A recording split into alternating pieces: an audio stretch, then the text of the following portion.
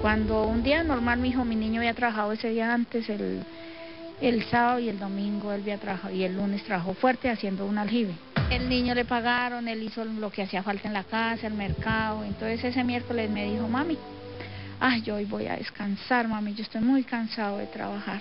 Me dijo, mami, me voy a ir a jugar un billar. Y, y, y él fue y jugó ahí en una esquina de mi casa, en una esquina había un billar.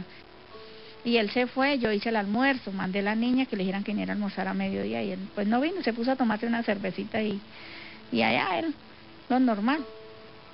Y, y eran las 5 de la tarde cuando yo iba para el curso en del SENA, y estaba mi hijo borracho ya. Entonces yo le dije, papi, ¿por qué no hay a almorzar? Vaya a almorzar. Entonces él salió y yo iba en una cicla y me abrazó, fue el último abrazo que me dio. Cuando llegó y me dijo, le dije yo, papi, vaya a almuerce. Entonces dijo, mamita, ya voy a terminar este chico y ya me voy.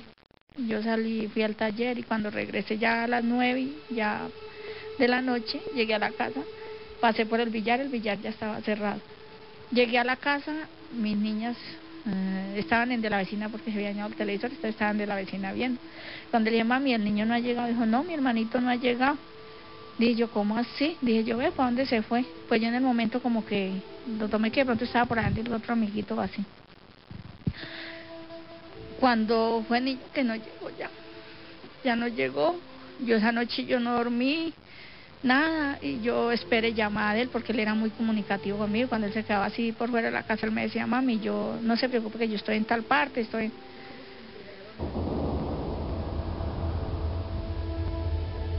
A las 3 en punto mataron a mi hijo, y a esa hora él llegó a mi casa. Ay, yo sentía morirme.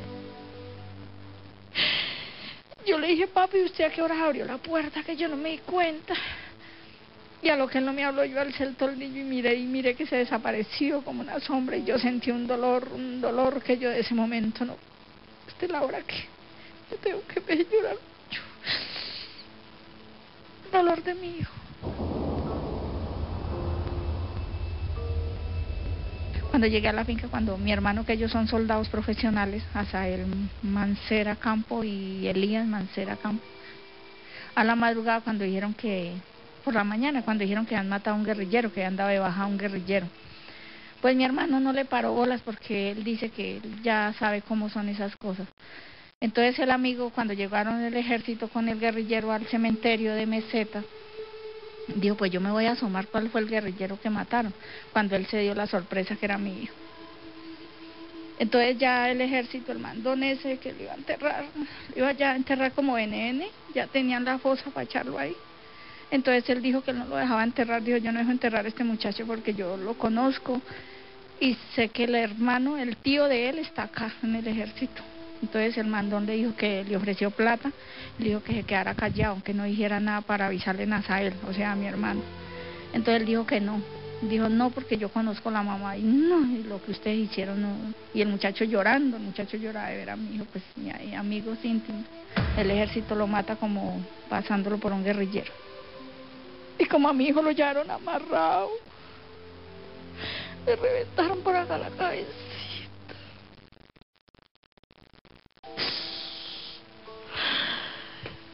Y lo asesinaron así, amarrado. Y de ahí para acá eso ha sido muy duro para mí.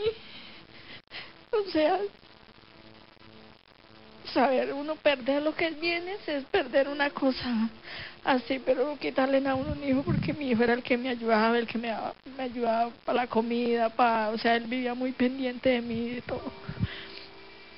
Yo, mi nombre no lo identifico, yo he pedido más bien ser privada en los colegios con las niñas, porque yo pienso que de pronto me le hagan algo otra a mis hijas.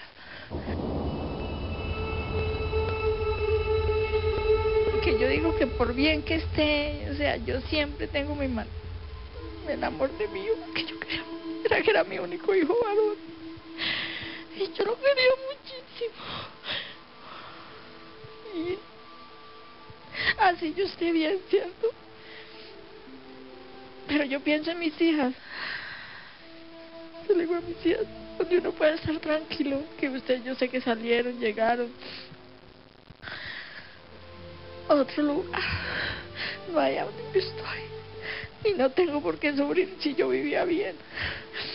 Todo lo que me ha causado el ejército, o sea, yo estoy huyendo es porque el mismo Estado fue el que me hizo esto, y todo esto que estoy viviendo, el culpable del Estado, el ejército.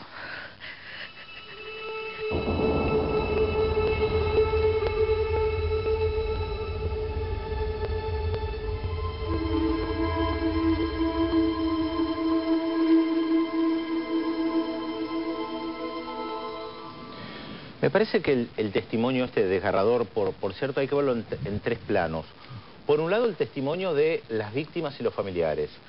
Por el otro, el del gobierno. El gobierno de Álvaro Uribe y ahora de Juan Manuel Santos, que sigue negando lo que está pasando. O sea, la postura del gobierno es muy clara. No sucede todo aquello que está siendo denunciado. Es más, el fin de semana pasado, cuando Fidel Castro en una carta dijo que era realmente una inmoralidad poner a Álvaro Uribe al frente de una comisión que investigue qué pasó con el barco de Turquía que fue a la Franja de Gaza, rápidamente salió el expresidente Álvaro Uribe a responderle en un comunicado donde dice, y lo cito textualmente, Colombia desmontó el terrorismo narco-paramilitar, debilitó el terrorismo narco-guerrillero, fortaleció a las Fuerzas Armadas para que tengan un impecable récord de eficacia y respeto a los derechos humanos. Esto es lo que dice el presidente Uribe.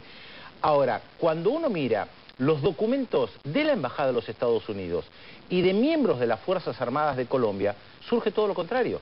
Allí se citaba en el informe pasado que vimos en el primer informe.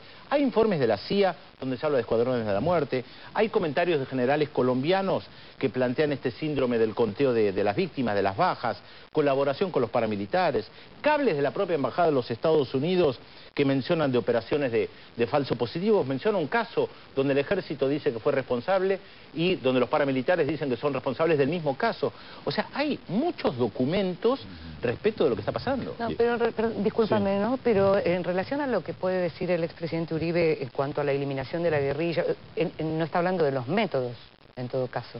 Es decir, lo que uno se tiene que preguntar también es por una sociedad que en su gran mayoría sigue apoyando una política que tuvo métodos que nosotros estamos en este caso, bueno, no solo nosotros, digo, condenables absolutamente, porque son métodos que incluyen abusos a los derechos humanos, para eliminar lo que se suponía que era, digamos, lo que estaba perturbando la paz social. Esto más allá de la historia que nosotros siempre contamos, y que hemos contado en nuestro primer informe, del origen de la guerrilla en Colombia. Exactamente, y es notable cuando uno estudia y busca los antecedentes, la relación, el vínculo que hay entre el poder económico y la asociación a esto del uso de los grupos paramilitares en provecho propio. Así como hay denuncias de muchas empresas extranjeras que han utilizado los paramilitares inclusive para asesinar sindicalistas o trabajadores con los cuales tenían algún conflicto. La Coca-Cola fue denunciada varias veces. Exactamente, y también empresas petroleras y mineras. Ahora, el tema de los campesinos es como que tiene una secuencia continua en cuanto a ser las víctimas de migraciones y víctimas del conflicto y de la violencia político y social. Siempre el desplazamiento es para eso. Exactamente, porque fíjate vos cómo se ha desarrollado mucha de la producción agrícola de Colombia, tiene origen en el desarrollo que han hecho pequeños campesinos, no es una agricultura tecnificada, es hecha con mucho esfuerzo personal, abriendo la selva, generando tierras cultivables, pero que después aparece un terrateniente que los desplaza, que le ocupa el lugar y la forma de desplazarlo es utilizando grupos paramilitares. Y esto ha sido una secuencia permanente prácticamente desde hace 4 o 5 décadas. Esto llevó a que estos terratenientes después se establecieran con esos grupos paramilitares, esos grupos armados que son los que defienden el territorio, y cada vez que los campesinos se desplazan a otro lugar y vuelven a hacer el mismo trabajo, esa misma creación de una zona cultivable, productiva, vuelve a aparecer el terrateniente que los desplaza. Es decir, es como que si fuera funcional a este sistema de crecimiento de la economía agrícola colombiana, el tema del grupo paramilitar, ¿no? Que tampoco es un objetivo central de la política de los diferentes gobiernos que ha habido en los últimos años, de un desarrollo alternativo a la coca. Al fin y al cabo, Colombia sigue viviendo de la exportación de petróleo, del café en cierta medida, pero ¿por qué el campesino sigue optando por la coca? Por los dividendos. A mí algo que me resulta interesante que tiene que ver con la justicia en Colombia, y es que algunos análisis señalan que, entre otras cosas, la justicia no permitió que hubiera un tercer término para el presidente. Entonces, el presidente Uribe, precisamente porque esto en algún momento iba a aparecer con la fuerza con la que está apareciendo en este momento, digo, este tipo de política extendida de abuso a los derechos humanos, ¿no? Mencionaba Pedro el caso del café, pero también ocurre con el arroz, el algodón, el azúcar, el maíz, banano, todos productos de exportación de Colombia, que aparte que cada uno se desarrolla en diferentes zonas. Y esto es emblemático como en esas mismas zonas se dan la aparición de los grupos paramilitares, estos abusos y denuncias de fuerte violencia contra los campesinos, y la aparición de también de fuertes grupos económicos apoderándose de esta zona. Félix. Bueno, nueva pausa en esta edición especial de Visión 7 Internacional por la televisión pública. Ya volvemos.